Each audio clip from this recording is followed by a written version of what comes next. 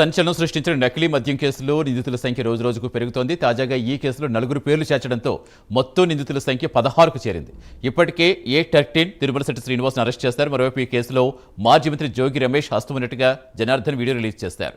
జోగి రమేష్ చెబితేనే నకిలీ మద్యం తయారు చేస్తామన్నారు. జనార్దన్ ఆఫ్రికా వెళ్లే ముందు రోజు మాజీ మంత్రి జోగి రమేష్ నివాసానికి వెళ్లినట్టుగా అధికారులు గుర్తించారు. దీంతో జోగి రమేష్ ఇంటి పరిసర ప్రాంతాల్లో సీసీ ఫుటేజ్ సేకరిస్తున్నారు. సీసీ ఫుటేజ్ ఆధారంగా జోగి రమేష్ పాత్రపై మరింత స్పష్టత ఇచ్చే అవకాశం ఉంది. పూర్తి వెళ్లించేందుకు ఫీల్డ్లో మా కరెస్పాండెంట్ మణికుమార్ జాయిన్ అవుతున్నారు. మణికుమార్, ఏంటి మొత్తానికి జోగి రమేష్ పేరు వచ్చినట్టేనే అధికారికంగా ఏం చెప్తున్నారు అధికారులు?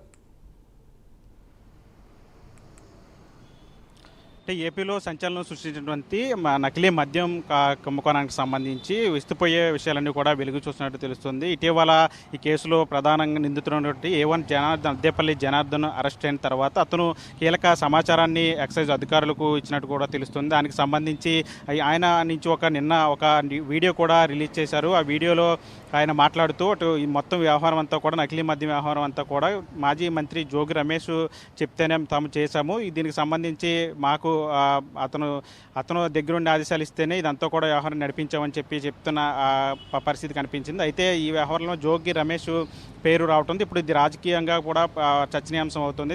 ఇదే విషయం మీద నిన్న సాయంత్రం జోగి రమేష్ కూడా స్పందించారు. కావాలని తనను రాజకీయంగా బదనాం చేసేందుకు ఇదంతా కూడా చేస్తున్నారు. చంద్రబాబు కక్షపూరిత రాజకీయాలు చేస్తున్నారు, తన మీద వ్యక్తిగత కక్ష పెట్టుకొని ఇదంతా కూడా చేస్తున్నారంటూ కూడా ఇటు జోగి రమేష్ కూడా మాట్లాడిన పరిస్థితి. ఇప్పటికీ దీనికి సంబంధించి 12 మంది, అంటే ఇబ్రహీంపట్నం కేంద్రంగా జరిగినట్టు వ్యవహారంలో 12 మందిని నిందితులుగా చేర్చారు. వారితో పాటు మరొక 4గురిని కూడా నిందితులుగా చేర్చినట్టు కూడా తెలుస్తుంది.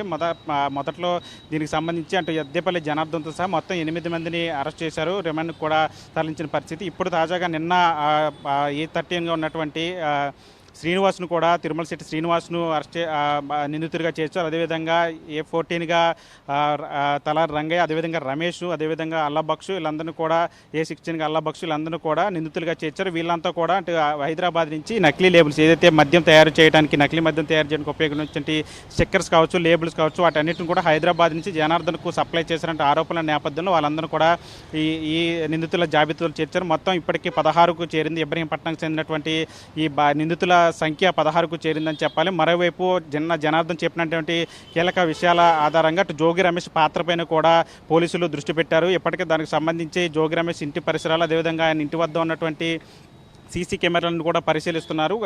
అద్దేపల్లి జనార్దన్ గత నెల 24వ తేదీన ఆఫ్రికాకు వెళ్లే ముందు ఒకరోజు ముందు జోగి రమేష్ను కలిసినట్టు కూడా అటు ఎక్సైజ్ అధికారులకు సమాచారం అందుతుందో ఆ దిశగా కూడా అటు సీసీ కెమెరాలు దానికి సంబంధించిన టెక్నికల్ ఆధారాలన్నీ కూడా సేకరించే పనులు పోలీసులు కూడా అధికారులు కూడా నిమగ్నమయ్యారని చెప్పాలి. మొత్తంగా అటు జోగి రమేష్ మాత్రం ఈరోజు కూడా ప్రైమ్ లైన్తో మాట్లాడుతూ అటు కావాలని చంద్రబాబు కక్షపూరితంగా తనను ఇరికించాలని ఈ కేసులో చూస్తున్నారు. మొదటి నుంచి కూడా ఇలాంటి మద్యం కుంభకోణంలో మునిగిపోయినటువంటి టీడీపీ ప్రభుత్వం కోట ప్రభుత్వం ఇప్పుడు తన మీద కక్ష తీర్చుకోవాలని చెప్పి కావాలని నా పేరు ఇరికించారు. నేను దీంట్లో ఈ కేసుకి నాకు సంబంధం లేదు, కావాలంటే ఎక్కడికైనా వచ్చి కుటుంబంతో సహా దైవ సన్నిధి ముందు ప్రమాణం చేయడానికి నేను సిద్ధం, అటు చంద్రబాబు ఆయన కుటుంబం కూడా సిద్ధమా అంటూ కూడా ఆయన కూడా సవాలు ఇచ్చిన పరిస్థితి. ప్రస్తుతం ఈ నకిలీ మద్యం వ్యవహారం రాజకీయ రంగు పులుముకోవడంతో దీనికి సంబంధించి ఇప్పుడు ప్రభుత్వం కూడా దీనికి సంబంధించి సీరియస్గా తీసుకుంది.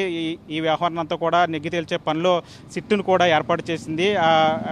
ఏలూరు రేంజ్ ఐజీ అశోక్ కుమార్ ఆధ్వర్యంలో నేతృత్వంలో సిట్టు బృందం ఈ రోజు నుంచి కూడా పని మొదలుపెట్టింది. దీనికి సంబంధించి దర్యాప్తు కూడా ప్రారంభించారు. ఇంకా కీలక విషయాలు వెలుగు చూసే అవకాశం కూడా ఉన్నట్లు కూడా తెలుస్తుంది. ఎందుకంటే ఈ నకిలీ మద్యం వ్యవహారం అంతా కూడా పూర్తిగా అంటే మొదటి నుంచి వైసీపీ హయాం నుంచి జరిగిందా లేదా కూటమి ప్రభుత్వం వచ్చిన తర్వాత ఈ వ్యవహారం నడిపించారనే దాని మీద కూడా పూర్తి దర్యాప్తు కూడా జరుగుతూ ఉంది. మరోవైపు అద్దేపల్లి జనార్దన్ కూడా కీలక విషయాలు వెల్లడించినట్టు కూడా అటు రిమాండ్ రిపోర్ట్లో కూడా పేర్కొన్నారు. మొదటి నుంచి కూడా అంటే ఈ మే నుంచి కూడా ఏప్రిల్ నుంచి కూడా ఈ వ్యవహారం అంతా ఏడాది ఏప్రిల్ నుంచి కూడా ఈ వ్యవహారాన్ని నడిపించారు. దాదాపు 4-5 నెలల నుంచి కూడా అటు ములకల చెరువుతో పాటు ఇబ్రహీంపట్నంలో కూడా ఈ వ్యవహారం అంతా జరుగుతుందని చెప్పి అద్దేపల్లి జనార్దన్ నేరుగా చెప్పిన నేపథ్యంలో ఇప్పుడు మాజీ మంత్రి జోగి రమేష్ పాత్ర కూడా ఉంది. ఆయనే ఇదంతా కూడా కీలక సూత్రధారని చెప్పిన నేపథ్యంలో ఆయన పాత్ర మీద కూడా అటు ఆధారాలు సేకరించే పనిలో అధికారులు కూడా నిమగ్నమయ్యారని చెప్పాలి. ఏదేమైనప్పుడు కూడా రాష్ట్ర వ్యాప్తంగా నకిలీ మద్యం వ్యవహారం అయితే మాత్రం రాజకీయంగా చర్చలేపుతున్న పరిస్థితి కనిపిస్తుంది.